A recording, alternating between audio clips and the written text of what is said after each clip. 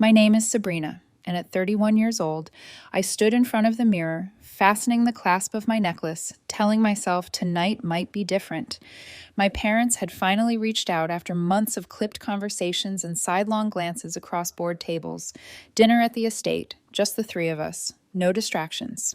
For a moment, I let myself believe it meant reconciliation, a truce, maybe even a chance to be their daughter again instead of their opponent. I slipped my arms into my coat when my phone buzzed. 3 words glared on the screen. Call me immediately. No greeting, no context. The sender, Corwin. My stomach knotted as I dialed. He answered on the first ring. His voice clipped, urgent. Sabrina. They filed the petition this morning. Emergency conservatorship. Thaddeus and Iris are claiming you're mentally incompetent to run the company. The air went out of me. My coat slipped from my hands and landed on the hardwood with a soft thud. What? They've attached witness statements, affidavits. It's not just talk anymore. They want legal control. For a heartbeat, the world tilted. I thought of my mother's gentle invitation, let's talk about the future, and the way my father had smiled with thin politeness when he passed me at the last board meeting. I thought it meant progress. Instead, it was preparation. They planned this, I whispered, though it was less a statement than the slow recognition of a trap. Corwin didn't soften his words. Yes, and they're moving fast. The lemon tarts I bought on my way home sat in their box on the counter, suddenly absurd. A peace offering meant for parents who had already decided to erase me. I sank onto the edge of the bench by the door, pulse hammering, and stared at the phone still glowing in my hand, knowing I couldn't walk blindly into that dinner. It was never an invitation. It was an ambush. And I had just stepped into their game. If you have ever felt betrayed by the people who should have been your biggest supporters, let me know where you are watching from. I could still hear my mother's voice from 3 days earlier, lilting with warmth I hadn't heard in months. Honey, let's talk about the future. Just dinner, the 3 of us.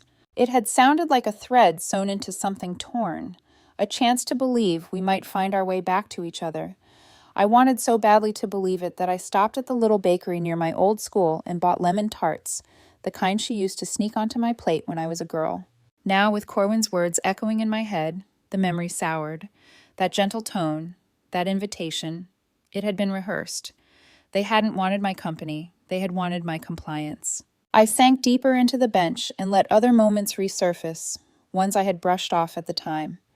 My father cutting me off mid-sentence during a quarterly meeting, finishing my point as if I hadn't spoken at all. My mother's light laugh in front of the staff. Sabrina forgets things lately, but don't we all? Everyone chuckled, and I forced myself to smile too, pretending it was harmless. But it wasn't harmless. It was steady erosion. I had excused it as tension, as age, as family dynamics. I told myself I was imagining it because the alternative was too painful, that the people who raised me were slowly sanding down my credibility in public while feeding me scraps of affection in private. I walked into my kitchen and opened the bakery box. The lemon tarts looked the same as always. Golden crusts, sugared tops. I pressed the lid shut with trembling hands and shoved it aside. They weren't a gesture of love anymore. They were evidence of how willingly I had walked into their setup. The phone still lay in my lap, Corwin's warning burning in my ears, and I realized I couldn't afford to be the daughter who wanted peace. I had to be something else entirely, because sentiment had just turned into ammunition.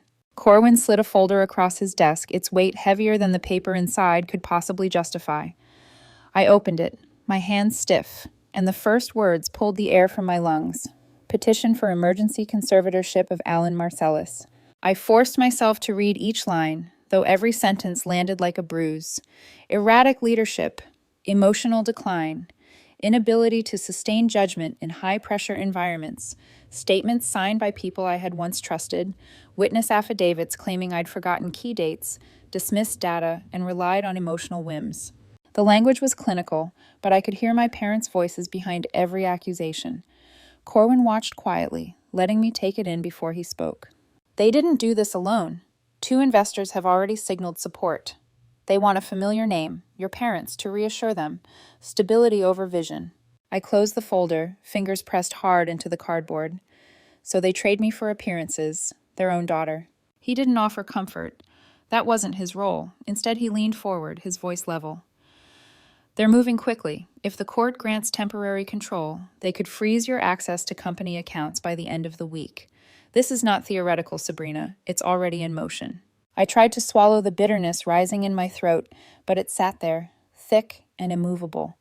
I thought of every sacrifice, late nights, missed holidays, the steady climb through recessions and setbacks, only for my parents to claim I was unfit, not out of concern for me, but out of fear for themselves. The folder still sat open between us, my name stamped in bold like a target. I looked at Corwin, his steady gaze meeting mine, and felt the shift begin. This wasn't about disappointment anymore. It was survival.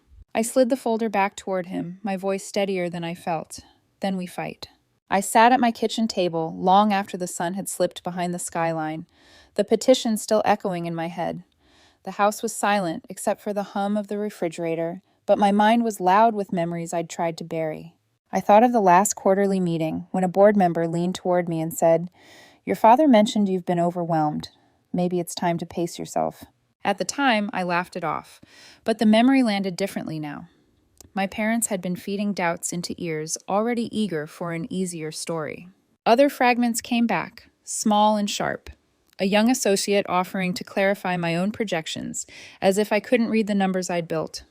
A department head hesitating before answering my questions, waiting to see if Iris or Thaddeus would speak first. I had brushed it all aside, telling myself I was imagining it, that I was tired. My eyes drifted to the bakery box on the counter. The lemon tarts looked perfect, untouched, but they mocked me now. They weren't sweet reminders of childhood. They were proof of how easily nostalgia had blinded me. I had walked into their trap, smiling, arms full of peace offerings, while they sharpened knives behind closed doors. A chill slid through me as the worst thought surfaced. What if the board believed them? What if my years of precision and discipline were erased by a handful of affidavits and a rehearsed narrative? The idea wrapped tight around my chest, pressing until my breath came shallow. I pressed my palms flat against the table and forced myself upright. Fear was dangerous, but denial had been worse. I couldn't afford either anymore. If my parents were willing to fracture me piece by piece, then I would have to find the cracks in their armor too. By Thursday afternoon, I had forced myself back into the office, though the walls felt different now, as if even the glass carried whispers. I moved through the corridors with my chin lifted, determined not to let anyone see how much my hands trembled when I closed my office door. My parents' petition had cracked something, but it hadn't broken me. Not yet.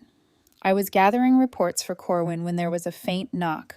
Rowan Vale, one of the junior accountants, lingered in the doorway, barely out of school. He usually kept to himself, polite and diligent in ways that rarely drew attention. But now his shoulders were stiff, his eyes darting to the hallway before he stepped inside. He held a folded piece of paper like it burned to touch. "Miss Marcellus," he whispered, his voice low enough that I had to lean forward. "I think you should see this." I reached for it, the tremor in his fingers betraying the risk he felt. He didn't wait for me to open it, just backed toward the door. "Please don't say it came from me." Then he was gone. I unfolded the sheet and the breath left my lungs. An email printed from the company server. Subject line, "Pre-transition support." The body was short, direct. "Once we assume interim control, bonuses will be distributed accordingly." Signed, Iris Marcellus. I read it twice, then a third time, the words cutting sharper with each pass. Interim control. Not if, but when. Bonuses promised in exchange for loyalty. This wasn't concern for my health or the company's future.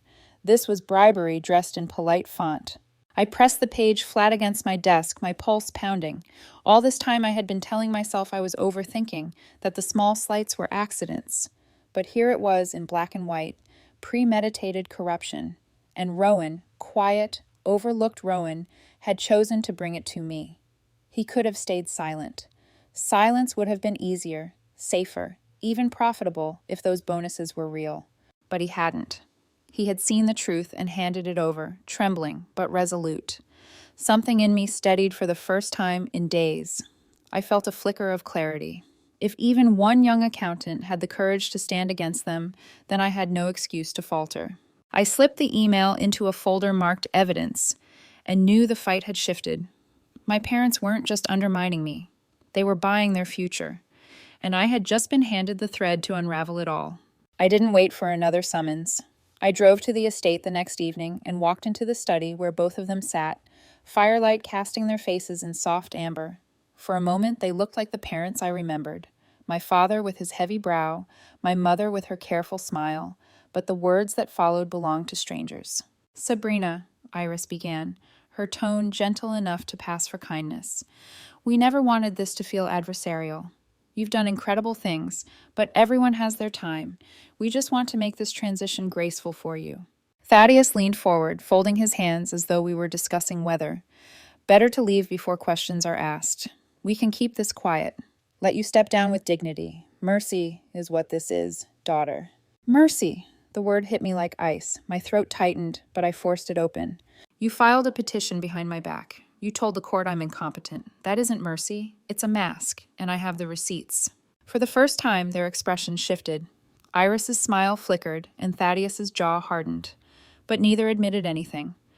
They simply exchanged a glance, one I had seen 1,000 times when they presented a united front to the world. I didn't stay longer. Any conversation beyond that would only give them ground. I turned and walked out, my heels echoing against marble, my pulse steady in a way it hadn't been for weeks. Later, in my own office, I began combing through the company's financial records with a sharper eye than ever. That was when the numbers began to glow like embers in a dark room. A payment of $12,000 to a strategic advisory firm no one had heard of. Another $8,500 to a so-called consultant abroad with no reports, no deliverables, no trail of actual work. I sat back, staring at the screen, the figures screaming louder than words ever could. Fraud wasn't suspicion anymore. It was undeniable, logged, and time-stamped. My parents hadn't just tried to take me down with a story. They were funding their betrayal with stolen money. And with every document I saved into my growing file, I knew the facade of mercy was cracking, leaving only the raw steel of strategy behind it. By the weekend, my office no longer looked like a workspace. It looked like a bunker. Every surface was covered with binders and folders, each labeled in block letters. Medical evaluations, revenue growth, client retention, staff commendations. I built the wall of evidence brick by brick, the way I had built the company itself, patiently, precisely, without shortcuts. I laid out the clean medical reports first, signed by 2 specialists confirming what I already knew. No cognitive decline, no impairment, no reason to doubt my ability to lead. Then came 3 years of revenue records, charts that told a story numbers never lie about. Growth steady, margins healthy, expansion real. On another table, I spread client contracts and personal notes of thanks. Their signatures proved that my leadership wasn't just ceremonial. When fatigue pressed in, I forced myself to watch the recording of my keynote at the Leadership Summit last year. 40 minutes without a single note. Every fact and figure delivered with precision. I remembered the standing ovation at the end, the rush of pride when strangers recognized what my parents had long dismissed. As I replayed it, I didn't see sentiment. I saw clarity. That woman was still me. Corwin stood across from me late one night, his tie loosened, eyes narrowing as he scanned the stacks. "This is good," he said, tapping one binder. "But remember, they may stage evidence, fabricated anecdotes, coached witnesses. Be ready for noise." I nodded, sliding another set of files into place. Let them try. Numbers don't shake when questioned. I straightened, surveying the fortress I had built. This wasn't about nostalgia anymore. The lemon tarts, the memories, the longing for reconciliation, those were ashes now. What stood before me was my arsenal, and the courtroom was waiting. The next step was no longer survival. It was war.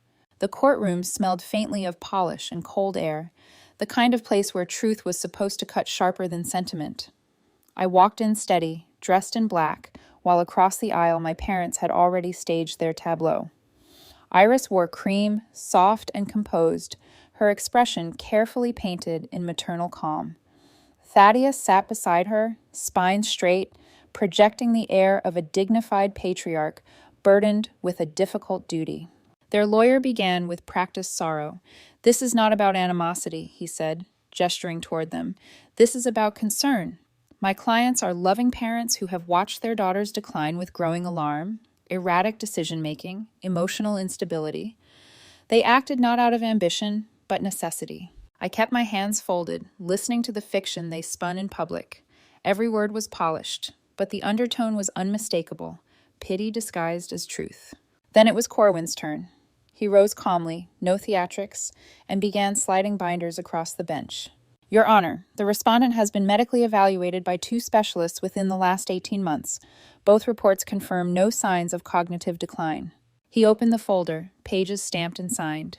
Another binder landed next, filled with 3 years of revenue growth, client retention, and expansion deals, all benchmarked above industry standards.